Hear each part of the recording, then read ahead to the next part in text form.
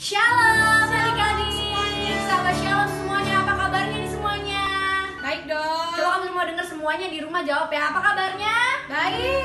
Baik, puji Tuhan, semuanya pasti luar biasa ya kabarnya. Sekarang sebelum kita memulai ibadah sahabat kita kali ini, kita mau berdoa dulu yang akan dipimpin oleh Kalina. Oke adik-adik semuanya, siapkan hatinya ya. Kita mau memulai ibadah kita hari Sabat ini. Semuanya angkat tangannya, tutup matanya, kita mau berdoa. Bapa Yahweh, dalam nama Tuhan Yesus Mesias, terima kasih Tuhan. Kami mengucap syukur Bapa, kami kembali lagi di hari Sabat ini. Kami ingin memulai ibadah kami, biarlah Engkau menyertai ibadah ini dari awal, pertengahan hingga pada akhirnya. Biarlah berkat-Mu Bapa pada hari Sabat ini tercurah untuk kami semuanya. Terima kasih Bapa, hanya dalam Tuhan Yesus Mesias kami sudah berdoa dan mengucap syukur. Haleluya, Amin. Oke adik-adik semuanya sudah siap memuji Tuhan? Siap dong. Yuk semuanya bangkit berdiri, semangat. Kita puji Tuhan bersama-sama ya, Kak Henry.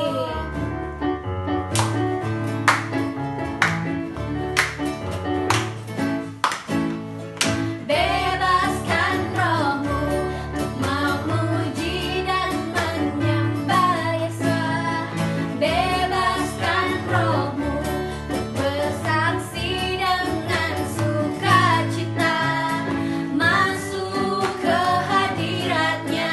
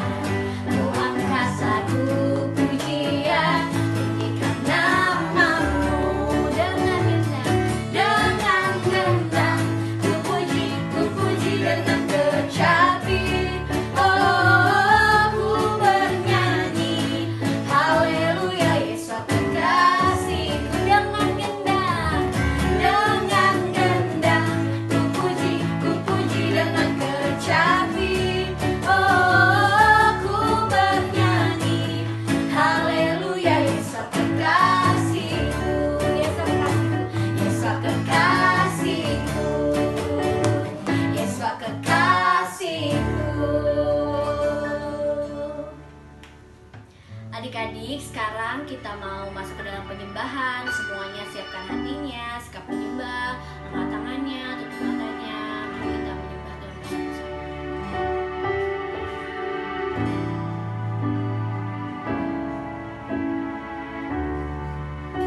Betapa aku mencintai segala yang telah terjadi, tak pernah sendiri jalani hidup ini, selalu menyertai.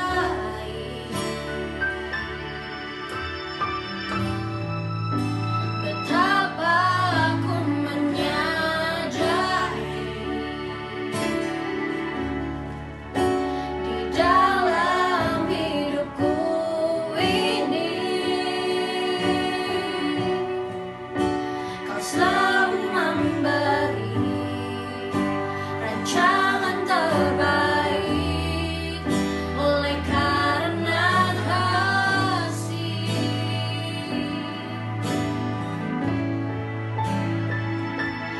Bapa, sentuh hatiku, ubah hidupku menjadi yang baru, bagai emas yang murni. Kau membentuk bejana hatiku. Bapa, ajarku mengerti sebuah kasih yang selalu memberi, bagai air mengalir yang tiada pernah berhenti.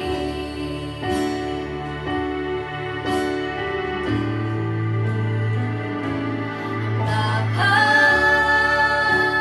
sentuh hatiku, ubah hidupku menjadi yang baru, bagai emas yang murni. Kau membentuk bejana hatiku. Bapa, ajarku mengerti sebuah kasih yang selalu memberi, bagai air mengalir yang tiada pernah berhenti, bagai air mengalir yang tiada pernah berhenti, bagai air mengalir yang tiada pernah berhenti.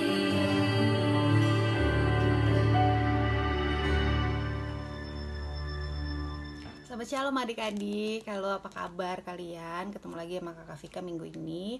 Kita akan mendengarkan firman, kita akan belajar tentang firman. Sebelumnya siapkan hati kalian, kita satu dalam doa. Kakak Vika akan pimpin dalam doa ya. Bapa Yahweh Elohim, Bismi Yeshua HaMashiach, terima kasih Tuhan untuk segala berkat kemurahan-Mu. Kami ada sebagaimana kami ada dan kami diberkati di tempat kami masing-masing Tuhan. Kami menyiapkan hati kami untuk mendengar firman kebenaran-Mu, menguduskan hari Sabat-Mu, memberikan waktu kami untuk Engkau Tuhan. Berkatilah setiap adik-adik yang mendengar dan kakak yang menyampaikan, biar firman itu bisa tumbuh di dalam hidup kami dan kami diberkati oleh firman-Mu Tuhan Di dalam nama Tuhan Yesus HaMasiah kami berdoa. Haleluya. Amin. Oke adik-adik, minggu ini kita masih tetap belajar dari murid Tuhan Yesus. Salah satunya adalah Petrus. Oke, tapi hari ini kita mau belajar tentang bagaimana Petrus percaya kepada Tuhan Yesus dan tidak khawatir tentang hidupnya. Kita mau baca dari Matius 6 ayat 25 sampai 34. Kalian ambil Alkitab kalian, kita baca bareng-bareng ya. Matius 6 ayat 25 sampai 34. Mengenai kekhawatiran. Itulah sebabnya aku berkata kepadamu, janganlah khawatir dengan jiwamu, apa yang akan kamu makan dan apa yang akan kamu minum, atau dengan tubuhmu, apa yang akan kamu pakai. Bahkan jiwa itu lebih utama daripada makanan dan tubuh itu daripada pakaian. Amatilah burung-burung di langit yang tidak menabur, tidak pula menuai, bahkan tidak mengumpulkan ke dalam lumbung. Bapa surgawimu memelihara mereka juga. Bukankah kamu lebih bernilai dari mereka? Dan siapakah dari antaramu yang dengan khawatir sanggup menambah satu hasta pada usianya? Dan tentang pakaian, mengapa kamu khawatir? Perhatikanlah bunga bakung di padang. Bagaimana mereka tumbuh, mereka tidak berjeli lelah, bahkan tidak memintal. Tetapi aku berkata kepadamu bahwa Salomo pun dalam segala kemuliaannya tidak berbusana seperti salah satu dari mereka. Namun jika rumput di ladang yang ada hari ini dan esok dilemparkan ke dalam perapian, Elohim mendandaninya sedemikian rupa. Bukankah kamu lebih lagi, hai yang kurang iman? Sebab itu janganlah kamu khawatir dengan berkata, apakah yang akan kami makan, atau apakah yang akan kami minum, atau apakah yang akan kami pakai, karena bangsa-bangsa lain mengejar semua ini. Sebab Bapa surgawimu mengetahui bahwa kamu membutuhkan semua ini. Namun carilah dulu kerajaan Elohim dan kebenarannya, dan semua ini akan ditambahkan kepadamu. Oleh karena itu, janganlah khawatir akan hari esok, sebab hari esok akan mengkhawatirkan urusannya sendiri. Dalam satu hari cukuplah keburukannya. Amin. Jadi satu perikop ini berbicara tentang hal kekhawatiran. Tuhan Yesus mau menyampaikan kepada kita, kenapa sih kalian khawatir? Tuhan itu tahu segala kebutuhan kalian tanpa kalian sebenarnya harus bilang ya. Seperti ciptaan-ciptaan yang lain yang Tuhan ciptakan juga, bunga bakung, burung-burung tadi dikasih contoh ya, mereka itu tidak bekerja, mereka itu tidak punya pikiran, mereka cuma punya kehidupan, tapi mereka nggak punya pikiran kita kayak kita harus makan apa ya hari ini, kita harus beli baju apa ya. Mereka sebagai binatang dan tumbuhan, mereka hanya hidup saja gitu, tapi mereka saja Tuhan pelihara, apalagi kita anak-anaknya. Kita adalah ciptaan yang paling mulia yang Tuhan ciptakan. Oke. Nah, bagaimana cara Petrus untuk hidup dengan tidak khawatir dan percaya kepada Tuhan? Petrus ini kalian udah tahu ya cerita-cerita yang kemarin kakak-kakaknya ceritain sebelumnya, bagaimana Petrus ketemu Tuhan Yesus, bagaimana dia akhirnya mengikut Yesus gitu ya. Dia akhirnya dipilih dan mengikut Yesus untuk menjadi murid-murid Yesus. Tadinya Petrus itu kan bekerja sebagai nelayan. Nelayan itu tugasnya menangkap ikan ya, mencari uangnya dengan menangkap ikan lalu menjualnya kepada pemasok-pemasok ikan kayak orang-orang di pasar gitu ya, yang akhirnya nanti kita beli dan kita makan. Jadi mereka tugasnya menangkap ikan dan menjual ikan. Dari situlah Petrus hidup selama ini gitu. Pas mengikut Yesus, setelah dia mengikut Yesus, pekerjaannya itu ditinggalkan. Dia sudah tidak bisa menjadi nelayan, dia sudah tidak bisa menangkap ikan lagi atau bekerja lagi seperti biasanya, tapi dia harus meninggalkan pekerjaan itu dan mengikut Yesus dalam pelayanan-pelayanan yang Yesus lakukan. Jadi kalau pada zaman itu pelayanan yang dilakukan itu kan belum ada mobil, belum ada kendaraan ya seperti sekarang. Jadi dari kota ke kota tuh mereka jalan kaki gitu. Misalnya dari Jakarta ke Bogor, terus ke Bandung, itu tuh mereka jalan kaki adik-adik. Jadi pasti akan memakan waktu yang lama, pasti akan lelah ya. Jadi untuk memikirkan pekerjaannya itu sudah tidak bisa lagi, dan fokus pada pelayanan yang mereka lakukan. Nah, di dalam pelayanan itu mereka itu tidak dapat penghasilan, tidak seperti pekerjaan biasa, karena melayani Tuhan itu nggak ada gajinya, bukan seperti di kantor gitu ya. Jadi nggak ada penghasilan. Terus sebagai manusia pada umumnya pasti kan berpikir ya, ini gimana caranya hidup nih, kan nggak ada gaji, kan nggak ada penghasilan seperti yang hamba Tuhan lainnya ya. Mereka itu hidup biasanya dari orang yang mereka layani. Biasanya ada yang ngasih, misalnya ada yang ngasih uang, atau misalnya ada yang kasih roti, ada yang kasih undangan buat makan bersama gitu. Mereka hidup dari situ. Dan begitu juga pada zaman itu Petrus dan murid-muridnya juga Yesua itu hidup dari pemeliharaan Tuhan seperti itu. Untuk tidak khawatir kadang-kadang sebagai manusia dengan hal yang tidak pasti itu agak sulit ya adik-adik. Kita akan merasa secure, kita akan merasa aman gitu kalau misalnya kita tahu kita punya kepastian gitu. Misalnya kalau kita punya gaji atau kita punya penghasilan, kita dapat duit dari misalnya jajan dari mama setiap hari, aku dapat 5.000, jadi aku kalau ke sekolah kan aku bisa beli ini. Tapi kalau setiap harinya kalian nggak tahu duit dari mana, kan pasti kalian mikir ya gitu. Nah, begitu juga mungkin murid-muridnya ini dan yang Petrus alami gitu. Ada hal-hal yang mereka jadinya khawatir gitu loh, ini gimana ya kalau misalnya nggak ada yang ngasih, atau gimana ya kalau nggak ada yang ngajak makan gitu. Tapi Tuhan Yesus berbicara pada mereka bahwa seperti yang tadi kita baca di Matius 6, apa yang kamu khawatirkan? Bapa itu tahu apa yang kalian butuhkan. Bunga bakung aja dipelihara, rumput-rumput aja yang mungkin hidupnya itu tidak bertahun-tahun ya adik-adik, tapi mereka aja dipelihara. Apalagi kita sebagai manusia, sebagai anak-anaknya Tuhan. Tuhan sangat tahu apa yang kita butuhkan, dan caranya itu akan ajaib ya. Caranya Tuhan memelihara kita tuh ajaib, walaupun mereka tidak punya gaji ataupun mereka tidak punya kepastian dalam penghasilan sebagai hamba Tuhan, tapi Tuhan pelihara melalui orang-orang di sekitarnya. Ada yang memberi uang, ada yang memberi roti, ada yang ngajak makan, itu semua tercukupi. Dengan arti kata itu cukup ya adik-adik.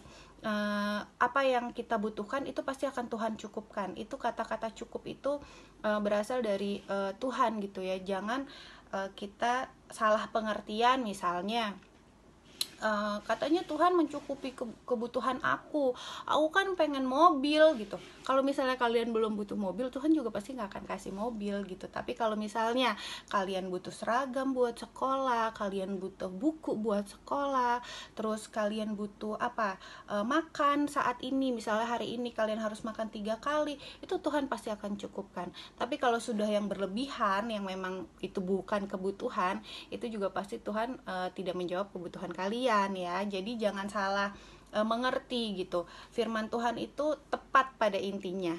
Oke. Nah, suatu hari Yesus dan para muridnya ini ke Kapernaum. Kapernaum itu seperti kampung halamannya Petrus ya. Jadi keluarga dan orang tuanya Petrus itu tinggalnya di Kapernaum. Nah, suatu hari Yesus dan para muridnya itu ke Kapernaum. Di sana Petrus didatangi seorang pemungut cukai atau pajak. Jadi kalau di suatu negara itu pasti ada pajak yang harus dibayar oleh rakyatnya. Nah, ini ada petugasnya yang tiba-tiba nyamperin Petrus nih. Terus dia nanya sama Petrus, karena ada peraturannya untuk orang Yahudi, laki-laki yang berumur 20 tahun ke atas, dia itu wajib membayar pajak sebanyak 2 dirham di setiap tahunnya. Nah, lalu dia nyamperin Petrus, terus dia tanya, apakah gurumu bayar pajak? Gurumu itu maksudnya Yesua ya. Apakah gurumu bayar pajak? Terus Petrus menjawab, iya dia bayar pajak, tapi tahun ini belum dibayar gitu. Lalu dia menagihkan kepada Petrus gitu, karena mereka harus membayar. Lalu sampai di sana dan Yesua ketemu Petrus. Terus Yesus nanya sama Petrus, tadi kamu bertemu dengan pemungut pajak atau pemungut cukai? Ya, lalu Petrus bercerita bahwa pemungut pajak itu menagihkan pajaknya Yesua kepada Petrus, dan Petrus juga bilang bahwa saya juga belum bayar pajak guru. Dia bilang gitu sama Yesua. Terus Lalu Yesua berbicara bahwa sebenarnya Yesua ini sebagai anaknya Elohim di dunia ini tidak perlu membayar pajak. Tapi karena misalnya peraturan di dunia itu ada seperti itu, dan nanti orang-orang yang melihat Yesua tidak bayar pajak menjadi batu sandungan, akhirnya Yesua bilang, saya tetap akan harus bayar pajak agar tidak menjadi sandungan. Nah, apa yang dilakukan? Nih, dia menyuruh Yesua bahwa Yesua menyuruh Petrus untuk ke danau, lalu mengambil alat pancingnya. Kan Petrus nelayan ya, dia punya alat pancing, untuk melemparkan kail di dalam danau itu, dan ikan pertama yang akan Petrus dapatkan itu harus dibuka mulutnya, dan di situ Petrus akan menemukan koin. Nah, koin yang ada di mulut ikan itu adalah koin untuk membayar pajak. Jadi pada saat itu gini adik-adik, kondisinya adalah mereka tidak punya uang ya, karena mereka kan tidak punya penghasilan seperti tadi yang kakak ceritain. Lalu kewajiban yang harus mereka bayarkan itu adalah 2 dirham dan 2 kali 2 dirham. Jadi kan mereka berdua, jadi 4 dirham mungkin ya pada saat itu. Dan Yesua mengadakan mujizatnya untuk menyatakan bahwa pemeliharaan Bapa itu sempurna gitu, biar Petrus juga percaya dan tidak khawatir. Akhirnya dia mengadakan mukjizat dan menyuruh Petrus pada saat itu untuk ke danau untuk memancing, dan ikan yang dia dapatkan saat itu di dalam mulutnya itu ada koin yang bisa bayar pajak dengan cukup, dengan total nominal yang pas untuk membayar pajak untuk mereka berdua gitu. Tadinya sebenarnya sebelum melakukan apa yang Yesus suruh, itu Petrus agak bingung gitu. Saya suruh mancing, terus suruh buka mulut ikan gitu, agak kurang percaya gitu ya. Tapi karena Petrus orangnya taat, selalu mengerjakan apa yang Yesus suruh, akhirnya dia benar-benar ke danau dan mancing, dan dia sendiri akhirnya melihat keajaiban pemeliharaan Tuhan, bahwa Tuhan itu bisa mencukupi segala kebutuhan kita dengan caranya yang ajaib, dengan apapun itu. Misalnya tiba-tiba kamu ketemu orang, terus misalnya kamu dikasih es krim, atau kamu lagi pengen apa, aduh aku pengen makan bakso nih, tiba-tiba tante kamu datang, ayo kita makan bakso gitu-gitu. Nah, dari hal-hal kecil seperti itu, hal-hal yang tidak mungkin misalnya kita bayangkan, bahwa itu adalah caranya Tuhan untuk mencukupi kebutuhan kita, dan karena dia tahu banget apa yang kita butuhin adik-adik. Lalu setelah itu bukan hanya koinnya aja yang bisa digunakan, tapi ikannya pun yang Petrus tangkap itu bisa untuk makan malam pada saat itu. Jadi udah dapat koin untuk bayar pajak, ikannya pun bisa mereka makan ya. Dari cerita Petrus ini adik-adik kita mau belajar yang pertama, bahwa Tuhan akan mencukupkan kebutuhan kita. Tuhan itu tahu apa yang kita butuhkan lebih dari apa yang kita pikirkan mungkin gitu ya. Tapi ingat yang tadi kakak bilang, kecukupan dari Tuhan itu adalah yang sudah Tuhan tahu apa yang kita butuhkan, bukan apa yang kita mau ya. Biasanya kita mau tuh terlalu banyak mau gitu, mau ini padahal kita belum butuh. Oke. Nah, yang kedua, di dalam Matius 6 tadi kita udah diajarkan untuk tidak khawatir, tapi ada satu ayat yang bilang, carilah dulu kerajaan Elohim dan kebenarannya, baru kamu akan ditambah-tambahkan. Nah, Petrus ini mengikut Tuhan Yesus dan meninggalkan pekerjaannya. Dia meninggalkan semua kehidupan yang dulu loh untuk mengikut Yesus. Jadi dia cari dulu nih kerajaan Elohim, dia taat dulu, dia patuh dulu. Begitu juga dengan kita. Kalau kita mau diberkati, kalau kita mau dicukupkan, kalau kita mau dipelihara dengan sempurna, kita harus cari dulu kerajaan Elohim, kita harus dekat dulu dengan Bapa. Gimana sih caranya? Ya kalian melakukan apa yang menjadi bagian kalian. Misalnya kalian harus beribadah kepada Tuhan. Kayak seperti ini nih, kalian kita belum bisa untuk bertatap muka secara langsung, tapi kalian melakukan hal ini secara online. Nggak ada yang tahu adik-adik, nggak ada yang tahu, kakak-kakaknya ini nggak ada yang tahu apakah kalian benar-benar dengar firman, atau kalian benar nonton video setiap Sabat ini, apa yang kita siapkan. Tapi Tuhan yang tahu kalau kalian taat, kalian tetap beribadah, dan kalian berdoa untuk minta sama Tuhan dan sebutkan apa yang kalian butuhkan, dan Tuhan pasti akan berikan. sesuai dengan kebutuhan kalian. Jadi selalu dekat sama Bapa, selalu jaga hati kalian, lakukan segala sesuatu sesuai dengan firman.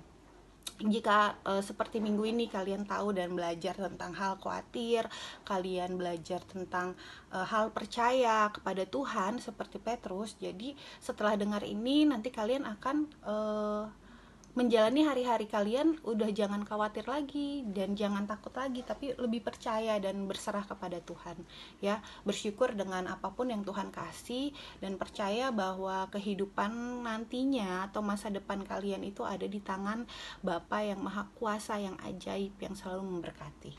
Oke, itu aja firman Tuhan hari ini. Kita akan tutup dengan doa dan sampai ketemu lagi minggu-minggu depan. Kalian harus tetap setia, kalian juga harus tetap jaga hati ya adik-adik, di tengah keadaan yang mungkin kita nggak tahu nih, ketidakstabilan yang seperti ini yang mungkin membuat kita jadi bingung atau khawatir, tapi jangan takut dan tetap percaya kepada Tuhan. Oke, kita satu dalam doa, kita tutup.